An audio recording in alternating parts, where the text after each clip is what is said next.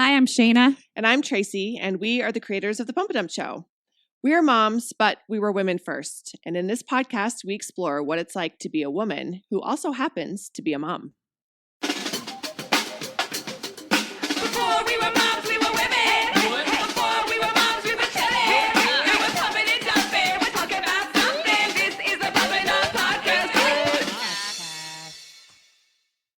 Today's special guest is a repeat guest. Woo! Our very first podcast guest. That's right. She, on one of our most popular episodes of all time. That's Please right. stop saying self-care. But today we're not going to talk about self-care. Well, Nope. I guess maybe we are. We'll except probably will go there's into that. always a Yeah. thread. Mm-hmm. She is a therapist. She's a coach. She has experienced all of the things that we're going to talk about today.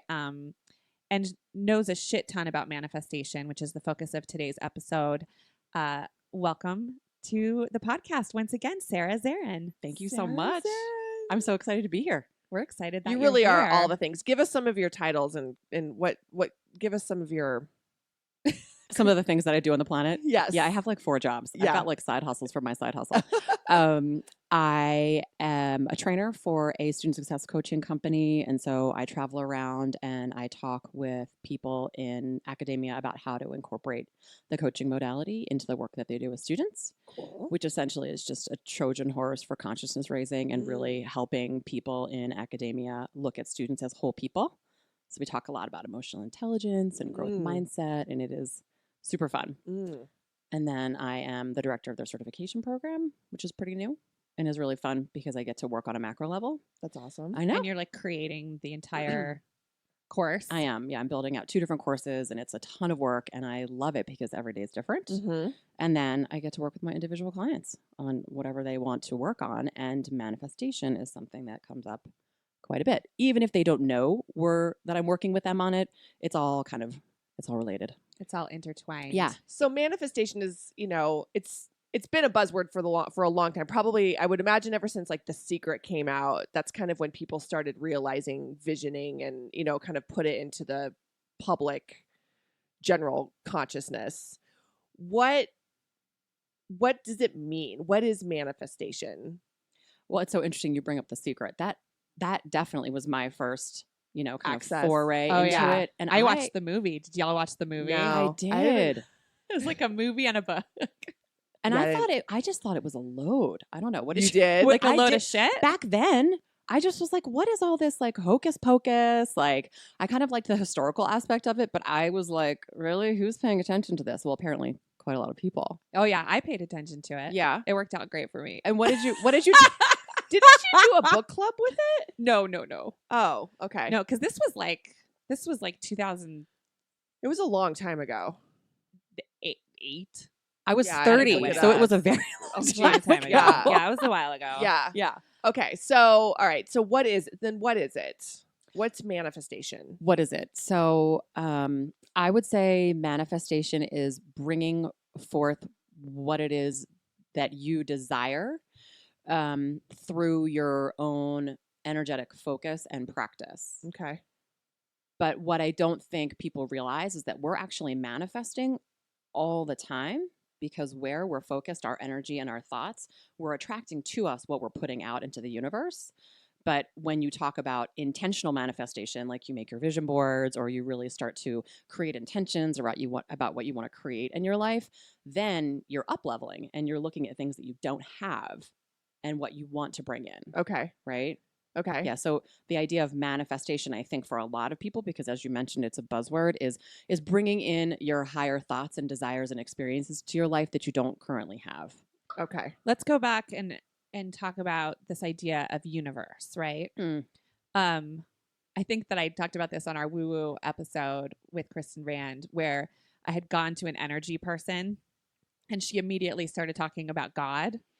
And it made me much more comfortable to say, excuse me, by God, do you mean like the universe?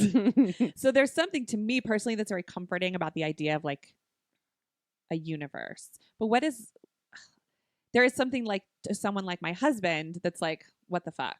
what does that even mean? Mm-hmm. So what would you describe we're talking about? Like, is it energy? Is it vibrations? People talk about how, we're all just vibrations. Mm-hmm. Is this kind of the theory of universe? Well, I mean, I love this conversation. Obviously, this is the theory according to Sarah Zarin, right? But because that vibration is just a way to talk about energy. Yeah. And to me, the universe it's universal source. It's like the source and the place of with which all things came from or originate. And to me, Jesus Christ came from that source. To me, Buddha came from that source. Mhm. But that's just my So that's that my take on source it. is God or whatever you want to call it. In my opinion. Yeah. Yes. And some people feel more comfortable calling it God. Mhm. I would actually argue that it's definitely not Jesus Christ, just Sure. in a matter of speaking historically. Yeah. But yes, I think some people feel comfortable calling it like Mother Earth, Gaia, nature. Yeah. Okay. So for the purpose of this conversation today on this podcast, we will be referring to it as universe. Correct? Because that makes you feel better. Yeah. It makes me feel better. Does it? I had a Does it lot of make you feel blockages better? with God for a long time. I have a lot Okay. of blockages with God, but I do believe there is a God, but I think God is the universe and universe is God. So for me, I'm not one of those people that's like, oh my gosh, you said God and I don't like you anymore. Or I don't want to talk about it. They're Mhm. interchangeable to me because I Mhm. believe that there's a higher power. So call it what you want, Mhm. and Mhm. whatever. But that's what we're talking about, right? This higher power that's outside of ourselves that actually in the idea of manifestation, there's an attraction, right? So this idea that you are attracting things to you Mhm. by consciously doing something to make that happen. Consciously, I think where most manifestation is coming from is from the subconscious. Mm-hmm. And that's why a lot of people are walking around saying, like, why is my vision board not working?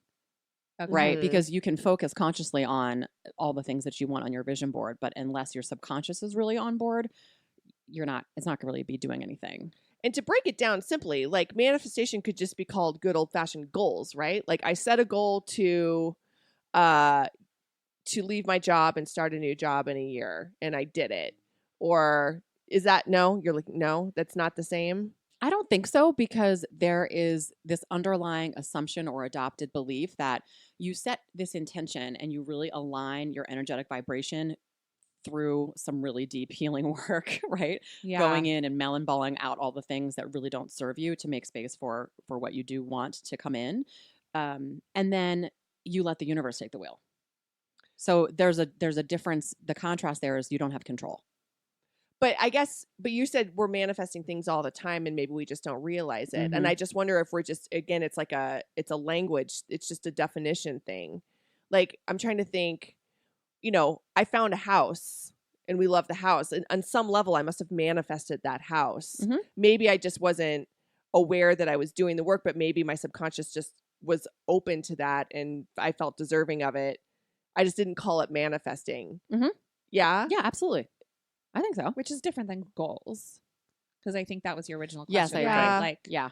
goals are kind of like things that you have control over that you're just Mhm. kind of setting. Like I wouldn't say that You can't manifest finishing a marathon.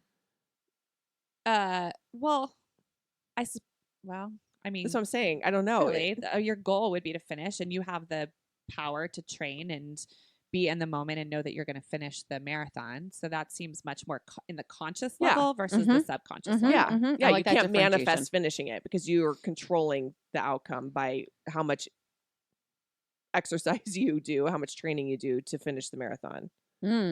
This is actually a really good point. So a lot of people will talk about this idea that, I'm going to make a vision board and then I'm going to kind of sit back on my laurels and wait for the universe to deliver all the goals or all the desires that I have, Mhm. right? And you really have to show the universe that you have skin in the game. And so inside of this example that you're giving about the marathon, the way that you show the universe that you've got skin in the game is that you're exercising and you're making these benchmarks and crossing them, and you're coming to Colorado and training at high altitude. You're showing the universe this is something that you really, really, really want. Right. And I think that if you were to ask, paraplegic folks that have done, physical activities they thought was never possible, I mean, I'm quite sure that they had a lot of, powerful intentions and thoughts and beliefs and desires that really helped to drive them to get their physicality to a place where they could do it. In their Right. subconscious. Right. And conscious. And conscious. Well, once you can make the subconscious conscious, and then that's when you become a manifester of all the things. So that's definitely possible. But what doesn't work is just making a vision board and thinking that because you cut some things out of a magazine, that they're going to come to you. That's right. Vision boards can be scary, I think, for that reason, because they're very misleading. Or what about like just saying in the mirror, talking positive in the mirror? Mm-hmm. Does that work? Positive affirmations? Positive affirmations, Right. yes. Oh my gosh. I roll my eyes. Some of it makes me want to throw up in my mouth a little bit. Like, I am worthy. I am good enough. Like, here's the deal. If you don't believe it, it doesn't matter what the F you say. Right. You have to actually believe it. And so manifestation is very much an inside job, right? Okay. So when I was walking here, I was trying to think like, all right, how do I talk about that, right? So it's like, what are you thinking about and how are you feeling when you are walking down the street with no one next to you? You don't interact with anybody. Are you focusing on things that are really anxiety provoking? Are you worrying? Are you perseverating? Or are you in the present moment and you're like, wow, it's super pretty outside. I'm happy in this moment. I don't have to really dig into or try to control, because when we worry, that's all we're doing is we're just trying to control something. That's kind of like your baseline resonance. So that's a good litmus test. Right? So if you're walking down the street saying, I love myself, I'm worthy, and it feels really good, and you're like, yeah, I am worthy. And then you go home and you look in the mirror and you say, I'm worthy, then yeah, that's going to work. Okay. But if you're the person that's walking down the street and you are worrying and perseverating and, oh my gosh, I've got this huge thing coming up, and if my kids get sick, then everything's going to get screwed, like, it's not going to work. It's not going to work. Mm-mm. So worrying doesn't help the universe help you. It doesn't, because where your attention goes, your energy flows, and the universe has no option but to give you what it is that you're focused on. It doesn't actually care what's good for you. All it cares about is what you're focusing your attention on.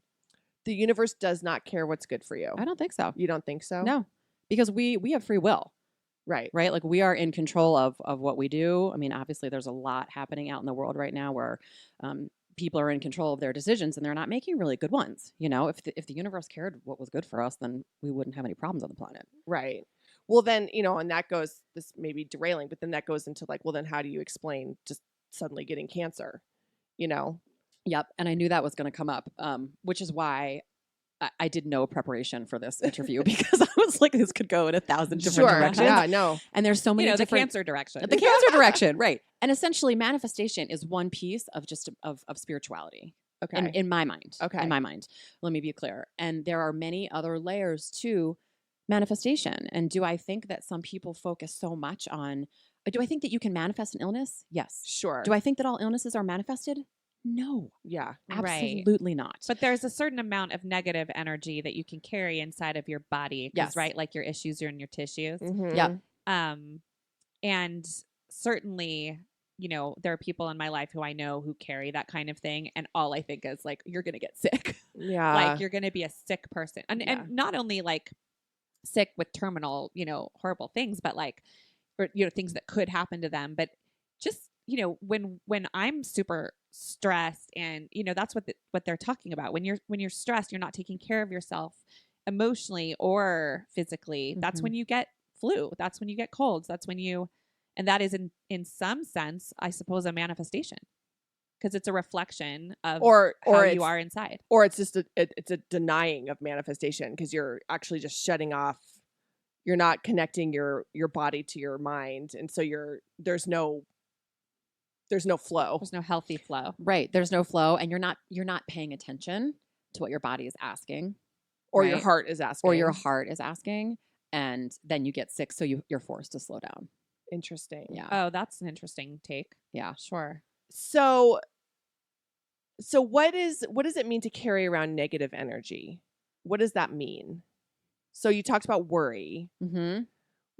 What else is that? Mm-hmm. So worry, that's a great example of something that's conscious, right? It's like a choice you can today make. I was worrying about XYZ, right?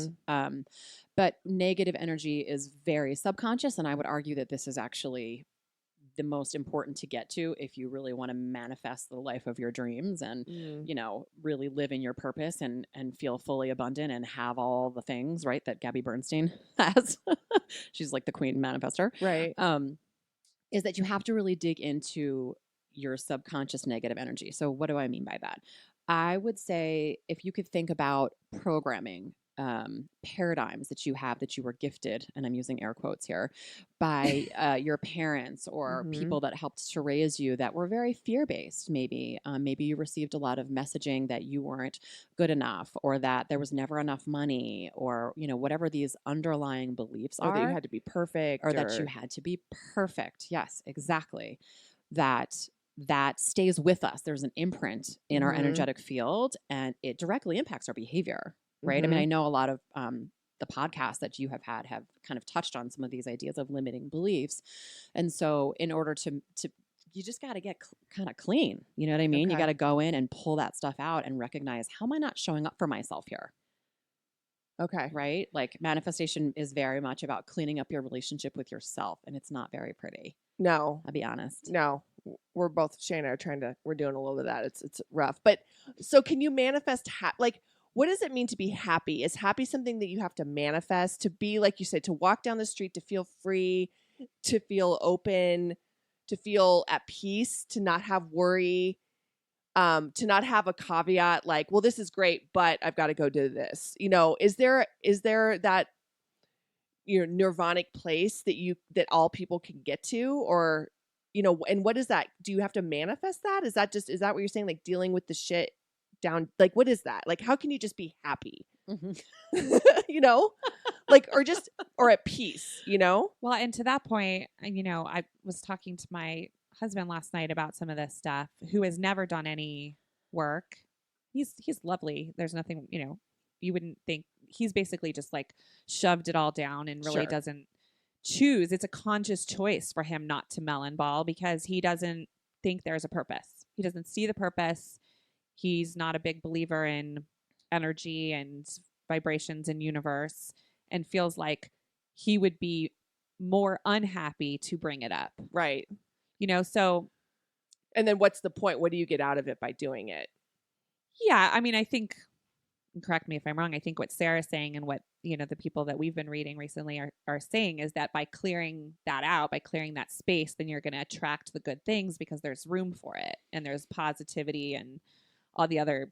Am I wrong? I mean, I'm just learning about it. So yeah, I totally agree. I was just laughing at you. Just like, how do we be happy? Well, no, I think it's actually a really, especially as moms. Yes. You know, it's like, you know, you manifest a baby, you have a family, you look around you. It's the, you know, how did we get here? David Byrne song. You look around you and you think, I have everything I thought I wanted, and I'm not happy. So what is that? Wow, that's so interesting. That's actually where I launched my coaching business off of that exact thought process, because there was so much self-judgment. you were going to say off of that exact David Byrne song. No. Just there was so much self-judgment. I had so much self-judgment because I had all the things and a beautiful, you know, home and healthy, you know, child and all these things, and I wasn't happy. So I understand what you're saying. Can you manifest that? You can. But to kind of bridge these two conversations in terms of what you're saying about your husband, you have to want to. Like, you have to want to start to, like, peel the layers back and look and see what's behind the curtain. And if you're not uncomfortable enough, then you're not going to do it. Right. And I sat in the space of like, I think I need to look under the sheets, you know, for 2 or 3 years. And then finally got to the place where I was like, uncle, like, I've tried everything, right? Like, I've read all the self-help books, and I go to yoga, and I've got all these great hobbies, and nothing is working. Nothing is helping. I need to go inside. Okay. It was not a fun idea. But that's yeah. Is that the path to like true happiness then? Like figuring out what you want. Like, what do you know? We're throwing around. I'm just trying to get to the core of like, where does this all start for someone who's maybe listening that's like never really thought about it or understands like psychology or, you know, getting rid of like issues with your parents. But like, what is this nugget that we're starting at? Like, what's the goal, you know, or what's the baseline? Well, the goal and the baseline are two different things. Yeah, you're right. Yeah. But earlier or just a couple minutes ago, you were saying this idea of nirvana. Can we all kind of walk around in this happy state? And Mhm. I can say absolutely, because I do. Okay. But I also really hesitate to use these broad brushstrokes and say, like, this is the way. Is this the way? This was my way. Okay. Right? This was my way of getting to this place. But there's many, many different ways, many different approaches. But I've done some like short sample sizes on an Instagram account with like 1,000 followers. Like, what made you kind of start to awaken to this stuff? Mhm. And 45% of people said pain. Pain. You've got to get really, really uncomfortable you have to. And you have to acknowledge on some point that there's pain there. Yeah. Yeah. Well, I suppose this is why, before this trend of manifestation and stuff like we were just talking about in the early 2000s, why people go to therapy, right? Because you wanted to work on yourself. Like Mhm. you had things that were deep and dark and you needed to get them out in some way. And then Mhm. there's people who are trained to do that for Mhm. you. It's like it took me until this past year kind of diving into this world of energy and all that kind of stuff that at 42 now, to even be like, oh, that's why that would have been helpful, like, Yeah. like it was Or just that's easier. why I act the way I do. Mhm. For sure. Even with our dive into the Enneagram world, right? Just Yeah. to Mhm. find some sort of explanation to these deep down layers Mhm. that we just never even thought about. Mhm. And Like when how you many years we yeah. didn't even like think about it. And then it's freeing when you find a way to sort of describe yourself, then it gives you an opportunity to be like, oh, that's why I have these bad habits. That's why I have these thoughts. That's why I do this. Okay, great. Now I know that. Now I can fix it. Mhm. I can change it. Mhm. But you have to know what they are. Mhm. And is that all just subconscious? I think that really good coaching and really good therapeutic work can help you bring the subconscious to the conscious realm. So what I like to do is I'm an analogy girl. So I like the idea of the analogy of this upside down jellyfish. So think of the head of the jellyfish kind of on the ocean floor. And that's like a limiting belief. It's a core belief. It's something that's completely blocking you. But these core beliefs, they're not conscious, right? Like no one's going to walk around and be like, I'm a recovering people pleaser, and these are all the ways that I totally mess up my marriage and whatever. You know what I mean? Like it doesn't work like that. But the tentacles kind of rise to the surface, right? So you're swimming along the surface of the ocean, and you come across this tentacle, and you get triggered by something, and you react. Okay. Okay. If you're not really sure what your triggers are or some of these limiting beliefs that have held you back, probably based on the way that you were raised, your experiences, the way that you think about the world, the way that your parents think about the world, you're not going to crawl down the tentacle and get to the head of the jellyfish to be like, what is that thing? Right? Mm-hmm. But you kind of got to slay that and figure out what it is and then take accountability, like you were saying, for, oh, this is how I show up. This is why, without judgment. Oh Wait, gosh. are you saying we have to kill the jellyfish? You got to kill the jellyfish. You got to slay it. You gotta I think were her slay it. exact words. Yeah. Slay the I was jellyfish. trying to do. figure out that analogy for a while. So you're triggered by a tentacle, Right. and then you have to actually crawl down While it's stinging you. That's right. you have to embrace the pain, Uh-huh. grab onto it, And pull figure out out- your sheath, and then be like, You got it. Well, here's another analogy for you. I like it. This The is, 8 in me really likes that. Nice. so here's another analogy for you that actually came up as like a vision in one of the meditations that I was doing recently. So what came to me was a huge ball of yarn, like the kind that you would like knit with. Mm-hmm. And in the meditation, I was unraveling it, but it was like there were knots and stuff like in each of the, and I had to like stop and like take out knot and like unravel it. And that my goal, and I can still like feel it when I think about it, it was like as I unraveled it, you know how when you get one of those knitting yarn balls, like the lower it gets, the looser it gets, and then I could put my hands in it like spaghetti. Mm-hmm. So the yarn is so loose, Mm-hmm. and I like my hands were in it, kind of like kneading my hands around in this loose yarn that started out as this tight, knotted up. Because you're creating space. Apparently. Mm-hmm. But Yeah. that's what just came to me like Mhm. in one of these meditations about digging down into your subconscious fucked upness. Yeah, totally. And then I started bawling. So yeah, that was fun. And isn't that interesting where that comes from? Well, I've been crying for like 3 days. I hear you. I'm sorry, but it's really healing. But what's next? Why? So this well, is tell us why it's healing first for someone who is like, why this sounds horrible. Why are these women doing this themselves? Okay. Oh my gosh, I love this question so much. So I wish that someone had told me 3 years ago, like, all you need to do is just cry it out, right? Like, essentially, like, you have to feel it to heal it, is something that I always heard throughout, grad school and all the clinical work that I've done, and it never really made any sense to me. People in my family don't cry. We don't express emotions. We're very. I had a therapist say to me at one point, "You are extremely emotionally overregulated," and I said, "Thank you so much." Yeah, like you're proud about it. Yeah. Yeah. And she was like, "That's not a good thing." And I was like, "Well, I don't know where I come from. It's really good." Yeah. But had she told me, like, no, you need to cry about this stuff. Like, you need to let it out of your system. So it comes back to negative energy or density, right? So let's see.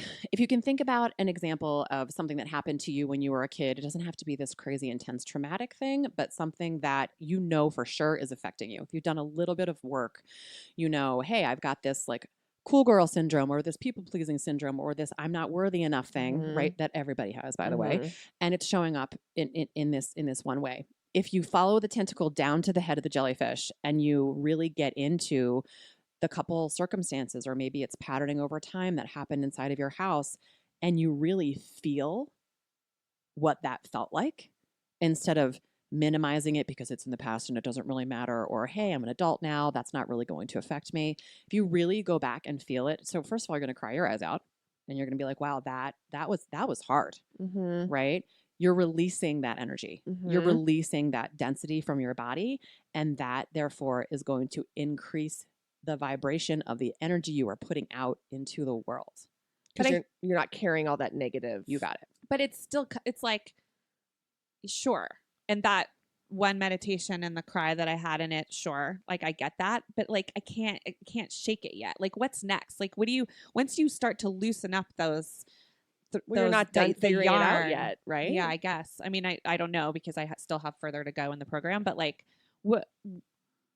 That was Chris's question when I was talking to him about it last night, and I was explaining, this is why I've been so weepy. I discovered this thing, and I really want to talk about it. And he was, kind enough to let me go there because it's not the kind of thing he does, And yet, I couldn't explain to him what was why it happened, what was next, So you're and just to clarify, what you're saying is that just the fact that I went there and unraveled that yarn is essentially going to be helpful just alone. Oh my gosh. To the point where tears are so accessible to me these days, and it's usually tears of gratitude, but I'm like welling up just thinking that you're doing that because it's awesome and it's so freeing. And the reason why I'm like, oh my gosh, this is amazing is because I know it, because I've done it. So to answer your question is that you're in the integration phase right now. And the interesting thing is it's not like you do this once and then you're like, oh, good, I'm good. I healed a little bit and I'm integrated and I just move on, right? Like, it's just this continuous thing that we do. But integrating the experience that you had, sharing it with your husband actually is a whole other realm of healing for sure. Being that vulnerable, really letting that out of your system. Once you start to kind of recalibrate a little bit and your central nervous system starts to calm down a little bit from releasing all of that, you are going to be a more whole, integrated person. So this is Carl Jung's shadow work, is essentially what you're doing. And once you integrate that shadow, and we think of shadow as this like dark, creepy thing. It's not. It's just the parts of ourselves we don't want to look at, right? Or the experiences That's that we don't. another buzzword that we don't want to look at. Like shadow work. Okay. Shadow work, exactly. Is then you become more integrated and you're not going to be triggered as often by maybe something that was connected to that memory or that type of a setup or dynamic. It would be hard for me to say without knowing it, but you're going to be calmer and less reactionary. And you're going to find that in your interactions with maybe your husband or your colleagues or your kids, that you're more able to get to the heart of what their needs are, as opposed to putting your needs first because you weren't healed in that way. Yeah, I see that. Because if you realize something about yourself, like for me, I was like, oh, now I understand why I have to be the loudest voice in the room. Because if I win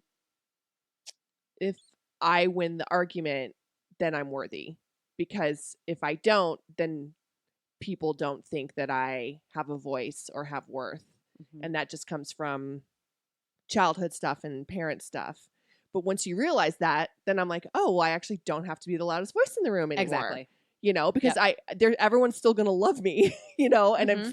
people are going to still think I have worth if I'm not the one who has to like finish a conversation. Yes. And that allows me to be open to actually listen to other people and not sit in like, well, I have to chime in because if I don't, everyone's going to think I'm just a loser, you know? And so I think that's the space that was created that allowed me, now I can just like enjoy myself more. That's just I think that's like a tiny example. Dude, that's like the perfect example.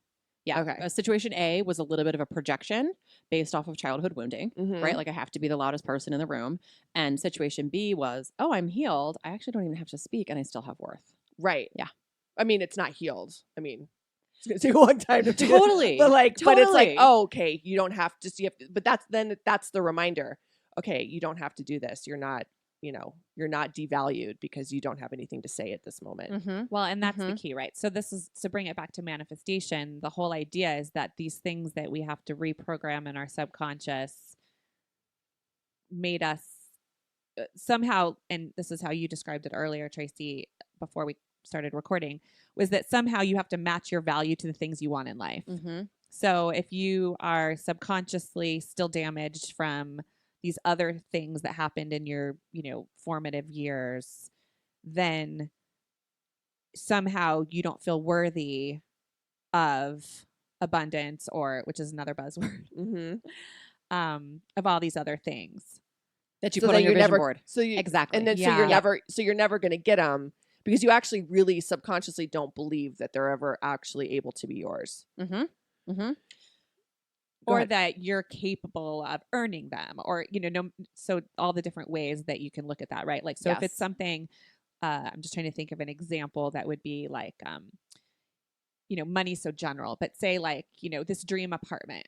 Okay. Like say that you're 24 and you live in Chicago and you're just like, I really, really want to be able to have the right real estate situation come to me. I'm going to manifest a lucky break because I know that I'm only 24 and I can't, maybe I'm a single mom and I just, I need like this thing to come in my life. Somehow deep down, you have to figure out your worthiness for that kind of luck coming to you. Is that kind of, it sounds so general, but it's kind of the point, right? Well, and that's why this manifestation stuff is so simple, but it's not easy. There's so many different subtle layers to it, right? So it's like, it's not just a pep talk. It's not like, I can, it's not like Rosie the Riveter. Like, I can do it. And I know I'm worthy. Like, you want to work 4 jobs to afford that apartment. Right. Because you don't want that either. That would make you happy. No, manifestation at a true level is very easy. You don't need, once you've cleared away a lot of this stuff, you don't have to work that hard at it. But in terms of that example that you gave, that person would need to get in the vibration, so to speak, in terms of what they're putting out there, that they are absolutely worthy of that level of abundance, right? But the tricky thing is that we get really specific about it needs to be that one condo on that one block in this one area. And if it's not that, then it's crap. Right. And so the idea of manifestation is really releasing control, which is this Buddhist concept, and it sucks. It's really hard and it's really unfun, particularly when you really, really want something. But knowing that you are worthy of living the life that you truly, truly desire, and then releasing what that looks like and trusting that the universe is going to bring you what you need is a whole level of surrender. And it's tricky for sure. So I have a couple questions. One, what about then, when we all do it, like repeating bad behavior? Like, to make it very simple, like, I'm not really good when I drink. I shouldn't drink as much as I want, but I don't really want to stop drinking, so I'm just not going to. Or I'm not happy in this marriage and I'm just don't feel like, it's fine and I'm fine, but I'm just not particularly happy, but it's not worth like doing anything about. Like, what is that? Like when we all just do things that are negative towards ourselves and Yes. repeat. But like, so what is that? And how does that coincide with like manifestation? I think how it coincides with manifestation is you're sending a signal to the universe that you're okay with where you are. Okay. And you don't have to judge that, right? Like if you're okay hanging out inside of a marriage that you're not happy with, like, I mean, I did it, that's okay. You're just sending a signal to the universe that you're good to go for now. Okay. Okay. And so then if that's the case, then other things that you feel like you want to attain, are you able to, if like you're not fully satisfied, or can you just like have a crappy part of your life but then like manifest other parts of your life? I think there's the difference between goal attainment and manifestation, Okay. right? But there's obviously an overlap. But I mean, we can push. I mean, we know tons of people that are happy and successful, and they don't know anything about manifestation. Right. They might just be working really hard and have really good luck. I think that's a thing too, Okay. right? So do Yeah. I think that you can have unhealthy habits that don't serve you, or be in a marriage that you don't love, and still have healthy, happy aspects to your life? Absolutely. So what's the point of manifesting? Well, because she's saying it's more than just luck, right? That sometimes it's luck, but it's not always luck. But like if you look at people to that point, have like everything you want, and they genuinely seem happy. And they don't really, they're like, what's the secret? What's a vision board? I don't know what the hell you're talking about. What's the point? Then what is the point? Like then you're on the other side, like you said, melon balling crap out of your subconscious. Like where's the balance, Well, right? I mean, that's like Chris, right? Like Yeah. he's just like ignorant bliss. Like Right. he prioritizes better than I do, which is probably why I have to do this work and he doesn't. He works to live and I'm a live to work.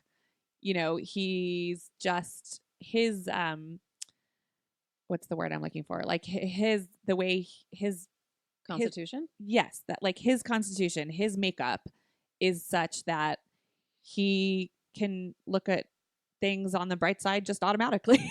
It doesn't mean he feels good all the time. He's a human being. Yeah. It's like he'll definitely get down on himself if he doesn't get to do the things that he really loves to do, but he knows what those things are that he loves to do and he'll go do them.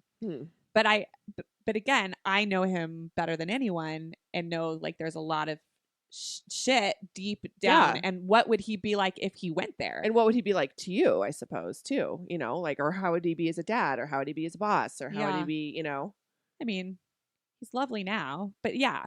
But it's hard. It's one of those things like you're saying, there's people who you can look at them and be like, oh gosh, they're so successful. They seem so happy and everything seems to be working out for them. Maybe their energy is actually just reflecting, maybe it's actually their work is done in some way. Is that not possible? No, I think it is. But then you're going to get me talking about past lives and karma. Oh, wow. But that's stuff. great. Really? But that makes sense, right? I mean, Mhm. if you believe in that stuff, then If that you makes believe in it. perfect sense. Mm-hmm. Yeah. Oh, Connects all those interesting. dots. Yep. But kind of going back to what you were saying, it's like, what's the purpose of doing it? Why do it? If you're Yeah. the person that's looking across the fence saying those people over there are happy, well, you're not happy, right? So Right. it's this idea of getting to a place, not because you have all the things on your vision board, but that you actually feel happy from the inside. Then that's when you're going to start attracting things to you that you desire, because Okay. you're matching that, right? You're walking down the street and you're feeling happy, Okay. and you're not focusing on the things that you're really worried about. Or that you need in order to make you happy, because you just are happy. You got it. Which is hard to see in the middle of the process, because like what I'm talking about, like the unraveling that happened to me last week, like I'm just sitting now in this fucked upness Mm-hmm. going, I mean, I do feel like I feel happy in the sense that I'm glad that I recognized something that took me 40 years to recognize. I feel confused and emotional and like, well, this isn't the end. Like, what's next? When will this clear? Like, when will the butterflies fly out and it's released? Right. Or like in the meditations we've been doing, there's like a vacuum that sucks the particles out from your, like when does that happen? And why do we have to go here to get there? Yeah. Mm-hmm. Well, everything's an inside job, right? Manifestation is an inside job. This idea of nirvana is an inside job. Like remembering the truth of who we are after we've had so many programs placed on us in terms of you have to be this in order to be worthy. You have to show up like this. You have to wear this. You have to have this job. You have to have this many kids in order to be this amazing person. Right. We're taught to externalize our happiness, right? Okay. But if we go inside and we really clean our relationship with ourselves up, meaning we're not saying yes when we want to say no, right? We are really taking care of ourselves. We're advocating for ourselves emotionally. Let's say something inside of your really close girlfriends group happens and you're like, no, it's cool. Like, I'm fine. I don't let something small like that irritate me, but you're really hurt. Like, speaking up for yourself in a really genuine way, when you clean that relationship up with yourself, that's when that genuine happiness comes through. You sleep better at night. Right. And I like that you just said, what did you say? We externalize happiness. We do. And that's, job, family. It is. And it's this idea of the Things. vision board, which is why it can Yeah. be so dangerous. And I think this is the last point that I wanted to make about the vision board is that what people will do, She fucking hates vision and boards. I've done it. Throw away your poster board, I guys. just feel like it's like this, like, here, make a vision board. Now you're going to manifest. It's just so misleading. And I think so much of this manifestation stuff that's out there is so misleading to people, right? Like, all you have to do is this, like, snap your fingers. Yeah, And yeah. that's such crap, right? Is that you'll make this vision board and you'll put it and you'll look at it and you're just like, oh my gosh, I can't wait till I have those things. I'm going to feel so good when I do. Right. I'm going to feel so good when I have that condo or when I have that, whatever it happens to be, right? What you're sending out to the universe is that you don't have it. And that's actually a lack mentality. Does that make sense? So you're Oh. actually sending out the vibration that you don't currently have. You don't have what you need to be happy. And that's lack. And that is lack. I'm looking around my office now and wondering what I've put up that's vision boardy. Oh. Is there anything?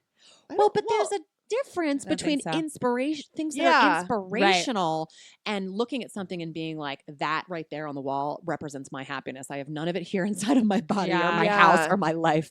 And only will I be happy when I get that thing on the wall, So And I also like the idea of like a vision board, but that's more like values based. Like, these are the things that I'm grateful for. These are the things that I love. These are my North Stars to remind me to keep like showing up in the world. I think that could be really beautiful. Oh, I totally agree. But just like inanimate objects, maybe not so much.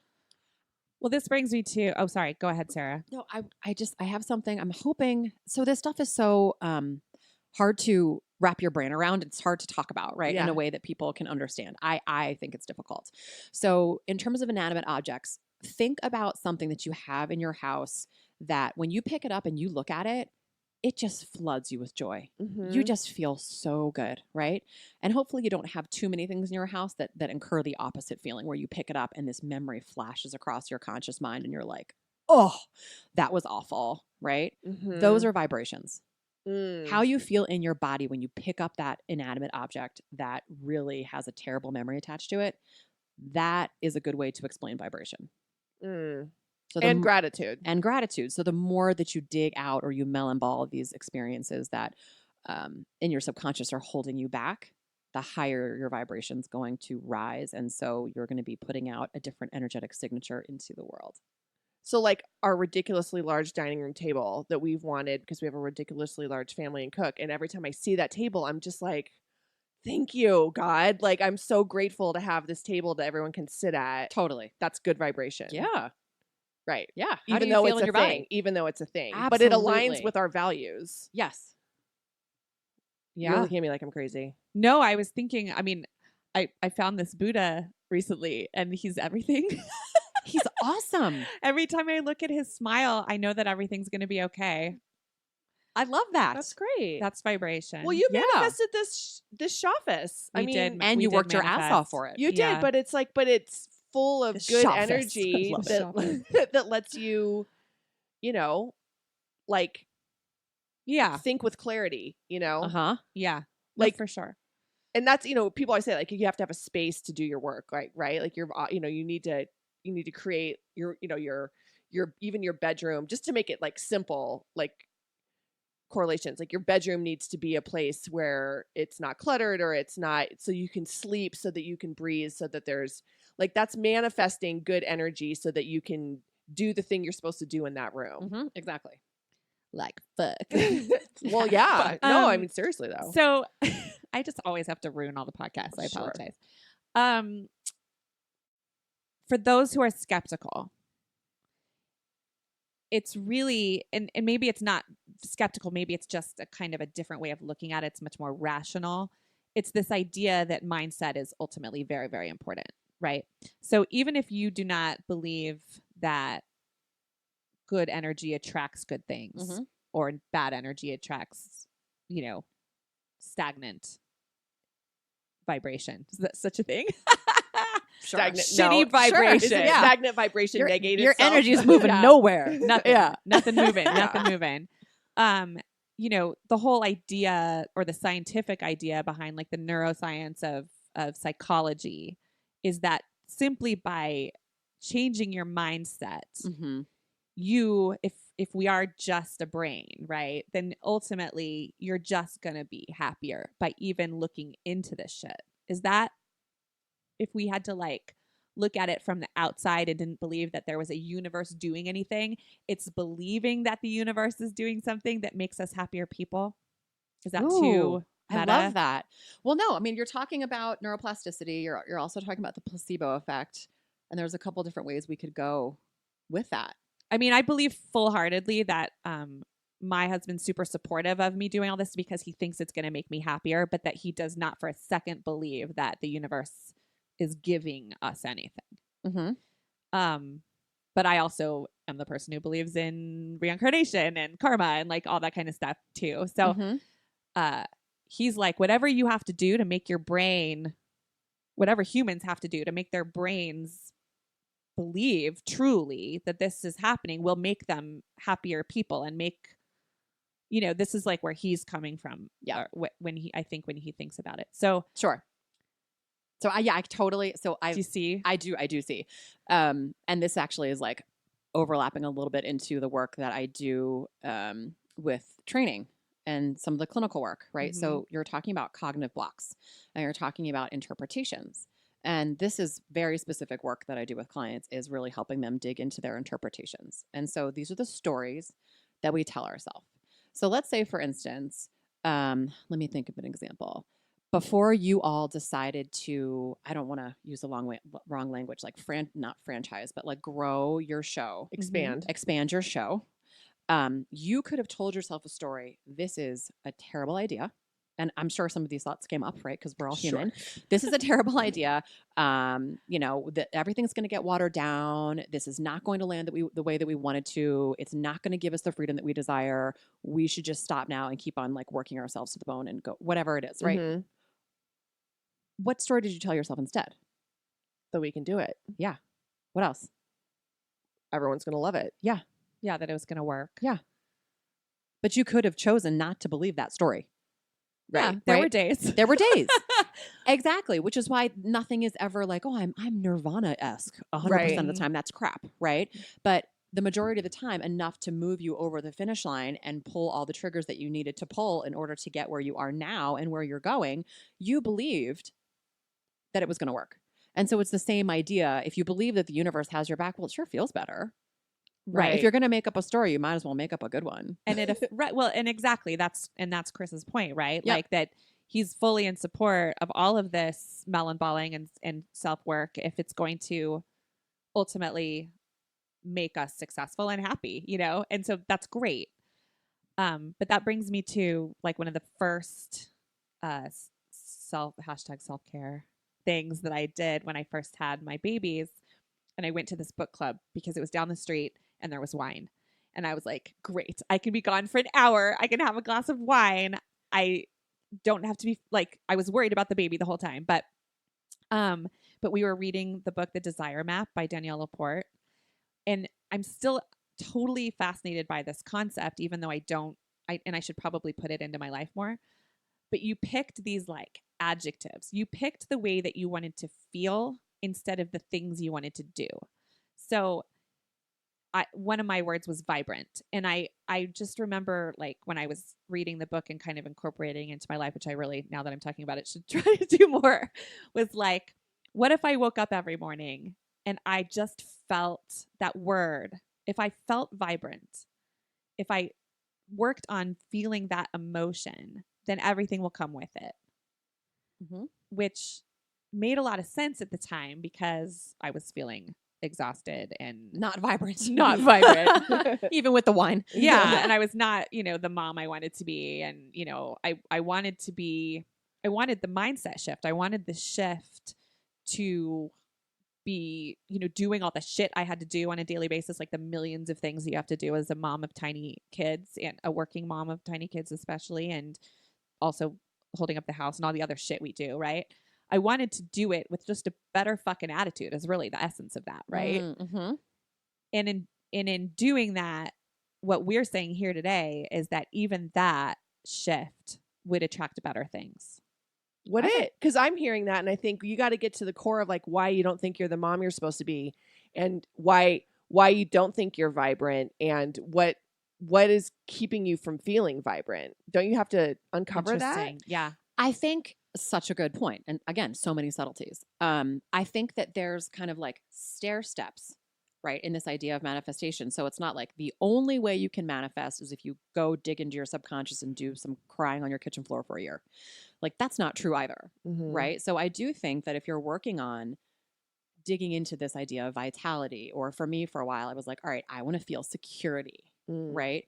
Practicing feeling vitality in your body, however it is that you do that for 2 or 3 minutes in the morning, is going to raise your vibe to feel more vital. But didn't you just say if you don't really believe it, it's not going to happen? Like she could be walking down the street and being like, I'm vibrant, I'm so vibrant. But if she doesn't truly believe it, then how is it going to change anything? Well, that was part of the work, was really like understanding why you chose those words, but not digging into your subconscious or thinking of it from that level. But it all kind of goes back to, if you look at all of this, it really is, and we're just brains, right? Like, or are we? I think we're energy, and I think we're souls and spiritual, and the emotional body. Yeah. Yeah. But what if all of that, this is so crazy. Like, what if all of that we think is because our brains think that? I think I'm with you. And yeah, this is why I was like, I can't, we don't even know what we're going to talk about. You have to kind of get in control of the voice that lives inside of your head, which I think is that's what you're talking about.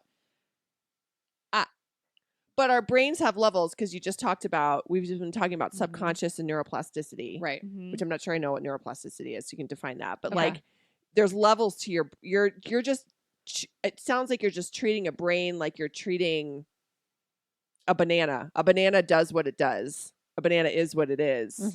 But there's unlike a banana, there's layers. Because a brain is energy. There's literally neurons that are formed in different in combinations.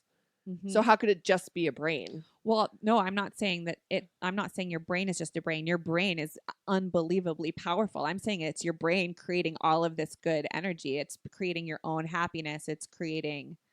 No, look, I started this by saying I believe in universe and vibrations and all that stuff. But if you really I know that this is the way that some people think of it, is that all of this work we're doing is because of our brains, that our brains are the ones that are making us ultimately feel healed and happy and open, and the good vibrations when we pick up an object.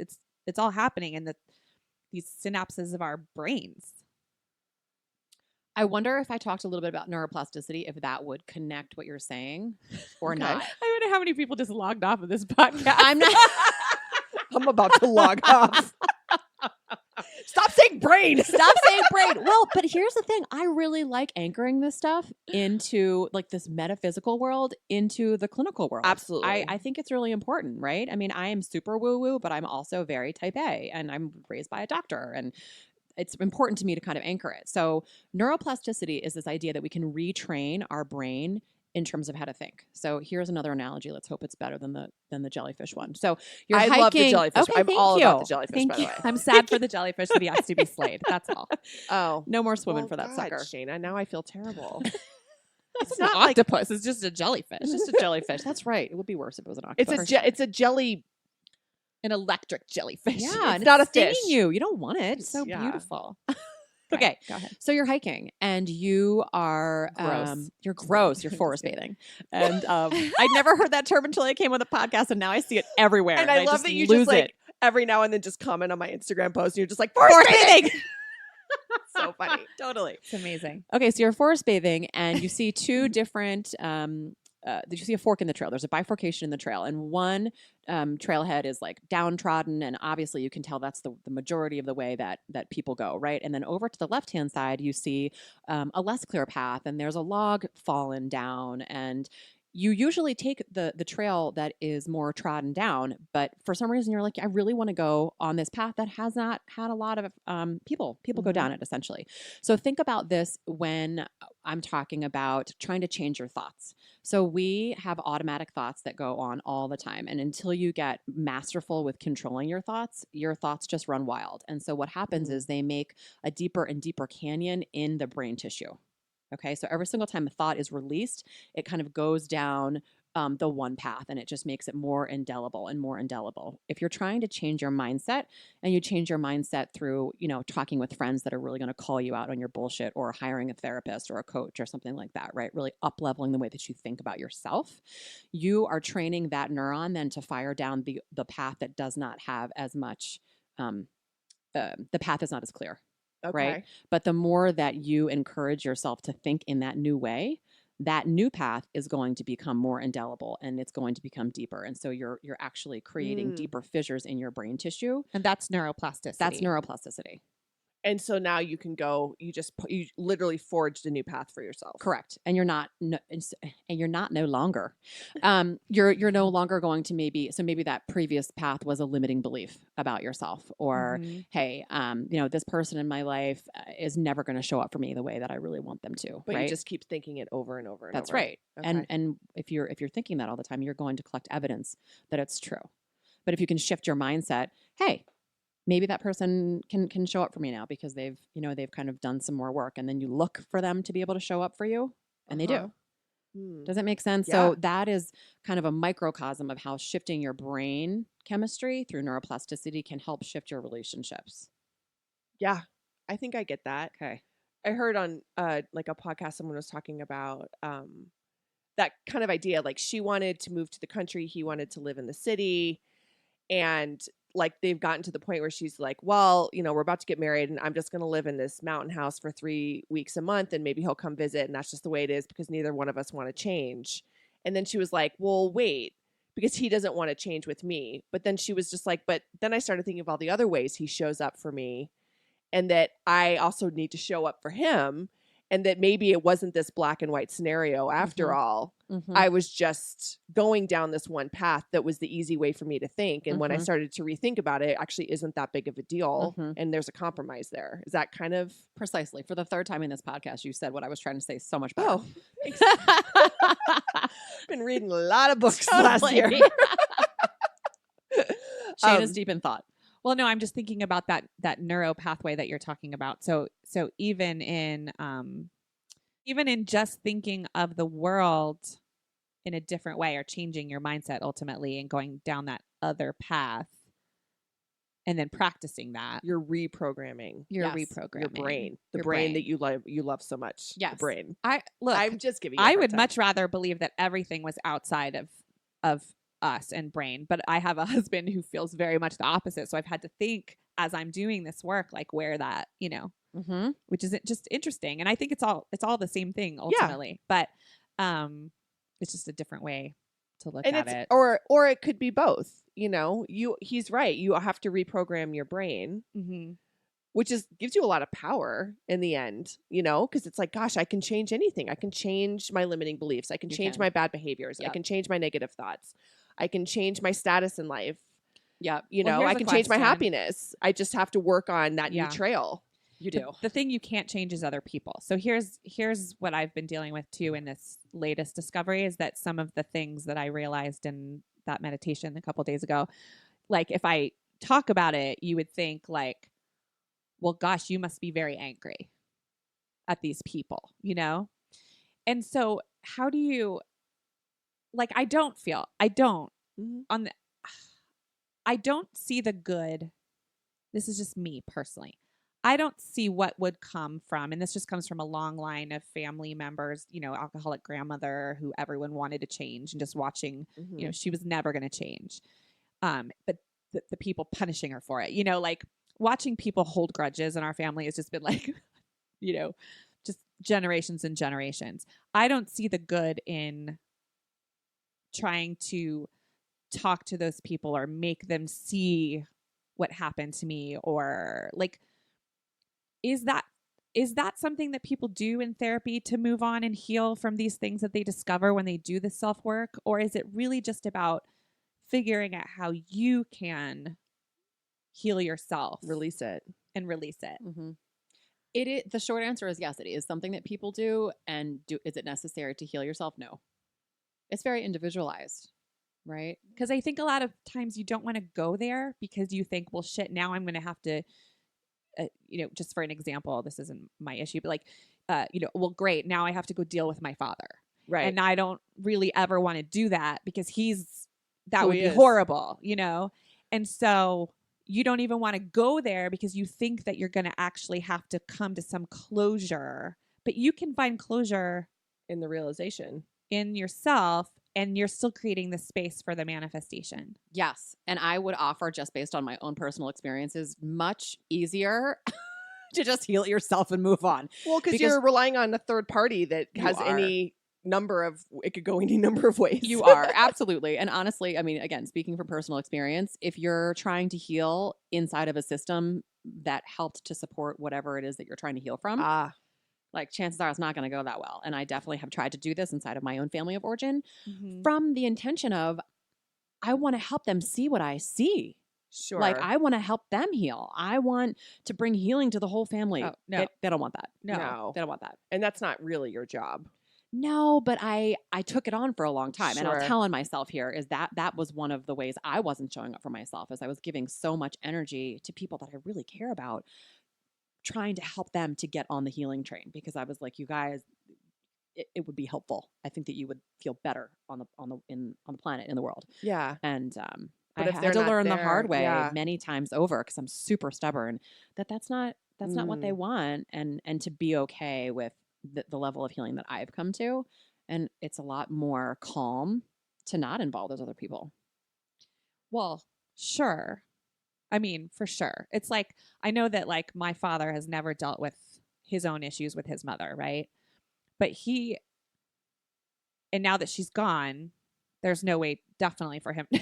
Well, he can't talk to her about it, but he can still heal himself. But I don't know if he to. knows that. I think he feels that it would have to be, you would need some sort of something from that person. But ultimately, this is a big part of this work, right? Like, is just figuring out what happened, understanding how you felt when that happened, and just like crying it out and moving on. And doing a little bit of reparenting, because if you're talking about something that happened when you were a young child, then kind of reparenting that age kiddo. Like, hey, 7-year-old Sarah, like, I totally understand that something really terrible happened to you and you didn't deserve that, right? There are different ways that you can go about kind of healing that. But I agree with you. And for a long time before I went to grad school and started really diving into all this healing work, I didn't understand how you could heal without that other person, right? And now I see it more as just another way that we externalize our healing. And I love when you said, gosh, like, this is an inside job. Like, I just remember thinking, when I realized that I had all the power to make all these shifts, that I was so pissed, because I really wanted to be able to hire somebody and have them just do the work for me. Right. I did, I mean, that's what a lot of people want. We want to be able to hit the easy button and be like, oh, I'm going to do this. I'm going to take this medication. I'm going to do whatever it takes. But just make this vision board and everything will be okay. You got it. But I think that the ideology that we need that other person involved in the healing process is a falsity. And it's just another way that we kind of externalize the healing process. Because like, think about it. If you were like, say, we've all had bad experiences with like teachers in schools, right? Who've like ruined our self-esteem, that one teacher that picked on you for no reason and you never knew why they didn't like you, and everyone carries that with them on some level. You're never going to find that teacher to get the closure that you need. What you have to do is realize that happened, it made you feel this way. It changed you. It put you down this one trail. It changed your value. It changed your value. It changed your worth. It also changed your thought process about yourself. And that you're like, okay, well, now that I realize that, I can go down the new trail. Mhm. And that you don't need the teacher. You just need to realize you have to get to the heart of it. And then you just have to like let it go. Yeah.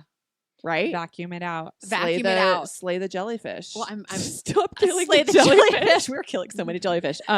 Well, and there's a new meme that's out that I love so much because we've all heard like, let that shit go, you know? And the new meme is like, see that shit, understand what that shit is, go in, get that shit out, feel that shit, and then let that shit go. And that's so much more accurate. Yeah. But I think the last thing that wants to be said about this externalization idea when it comes to interpersonal relationships is that if you feel like you could get an acknowledgement or a validation from the person that was involved in whatever's really hurting you, it's like the most powerful thing. Oh, But you don't need it. got it. Well, that makes sense, especially in like current I mean, something from your past is one thing, but like, you know, we're not saying bottle up like, you know, all the ways your husband is hurting you. No. Oh Like, my gosh, no. I'm And just saying, like, you know, Right. when you go back into Mhm. these places and you're discovering those deep, dark yarn balls. Mhm.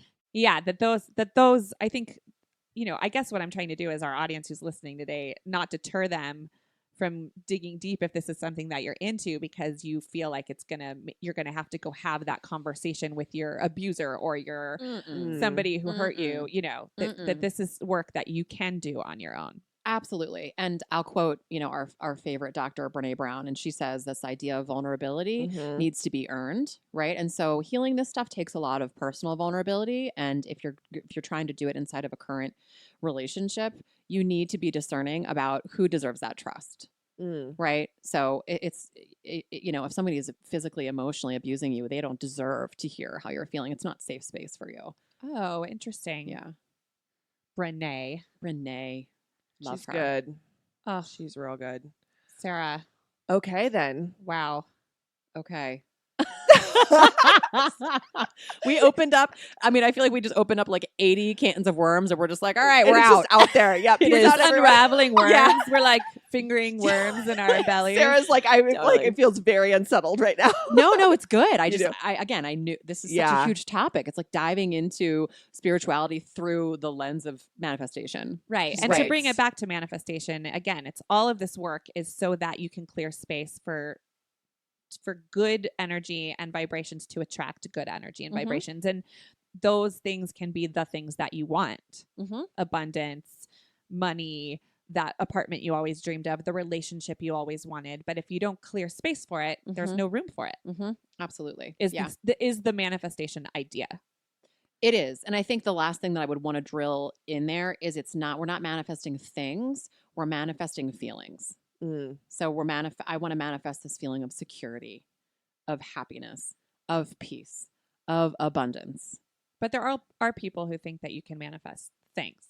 Well, you can. Things are attached to those feelings. Right. But it's the feelings that Right. you want. Right. So I loved Tracy's idea about the vision board when it comes to what do I think of? What can I cut out of a magazine that reminds me of what gratitude feels like in my heart center, or what it feels to feel abundant, right? Instead of like the mega yacht, Right. right? For most people, that's just going Or, to trigger yeah. scarcity. Or seeing something that would make me feel like a more vibrant mother. Exactly. Exactly. So you're trying to access that feeling Emotion. of vibrancy. You're trying to access that emotion. Yeah. Yeah. Well, that tied that together. Well, okay then. Well, okay then. It's just great that you not only help other people with this stuff, but that you've really done the work yourself. Yeah. I mean, not to call you out, but you have been like, yeah, yesterday I cried on my kitchen floor. Totally. Which is great. I mean, that's, you know, Which is like looking at you and you're so positive and awesome. It's like amazing to think of you like that vulnerable Mm-hmm. because, you know, your energy suggests otherwise. Not that you're not vulnerable, but just that it seems like you figured it all out. Well, it's like in through the outdoor, right? Like I know that crying on my kitchen floor all day yesterday as I'm redoing my hutch and I can barely stand up because my back is totally screwed because of it, oh gosh. is that I'm going to feel good today energetically, right? Because Yeah. it's gone. I now look at emotional regulation and releasing my emotions, aka crying my eyes out, as healing. Like, I'm not even kidding. Sometimes now when I'm crying, I'm like, all right, sweet. Something good's coming. It's like free therapy. Yeah. Well, Yeah, I don't do Certainly. that very much. I did cry on the Peloton the other day, though. I thought it was very powerful. Exercise cry? can really do that. Yeah, it was Yeah. a good class too. But Yeah. she just like she was looking straight into your eyes. she was, she was. But yeah, but I think also though I for the first time in a long time I think I cry. I do cry. You're right, but I don't cry for myself. I cry because things make me sad. Is that the same thing? Like I don't cry for my wounds or my internal. But this time I was like, I am broken. I am. You know, like which is like it's a hard thing to like release. Well, it's still moving energy. Yeah. I mean, that's what that is. Like, I mean, scientists literally have no idea what tears are. Oh, right. Like, they don't even know like why it is from a physiological standpoint that we release tears. And I'm like, hey, it's just energy. Call me. Wow. So you're transmuting your energy. That's really what you're doing when you're going in and doing the subconscious work, is you're transmuting something that was dark or dense or heavy or painful into something that's integrated, and now you can use it to your advantage. You can use it to become that more powerful person. Does that make sense? Yeah. So tears are just a transmutation of energy. That's how I see it. I love that. Yeah. So we can all celebrate crying. Ooh, That might be going a little bit too far, but I do. I'm into it. Yeah. Okay. Well, let's think on that one. I like that. There's a lot going on. Yeah. Oh, Sarah, thank you so much. Thank you. We appreciate you. Yeah, so fun. I knew it was going to be a great conversation. It always is with you. And guys, go back and listen to our self-care episode if you haven't caught that one. She really cleared up a lot of stuff there too. Why you should not say self-care. That was our take on it, at least. That was we've changed. Now we're just like, put us in a bath and give us our freaking Now crystals. we're like, we're meditating. But we still don't call it self-care. Full circle. Yeah. Love it. Yeah. Just never going to call it. We're never going to hashtag it. That's all. Nice. Thank you so much, ladies. And I do not envy whoever has to edit this. I know. Oh, I'm letting it be. Oh, it's I'm great. letting it Thank be. you, Sarah. Thank you, guys.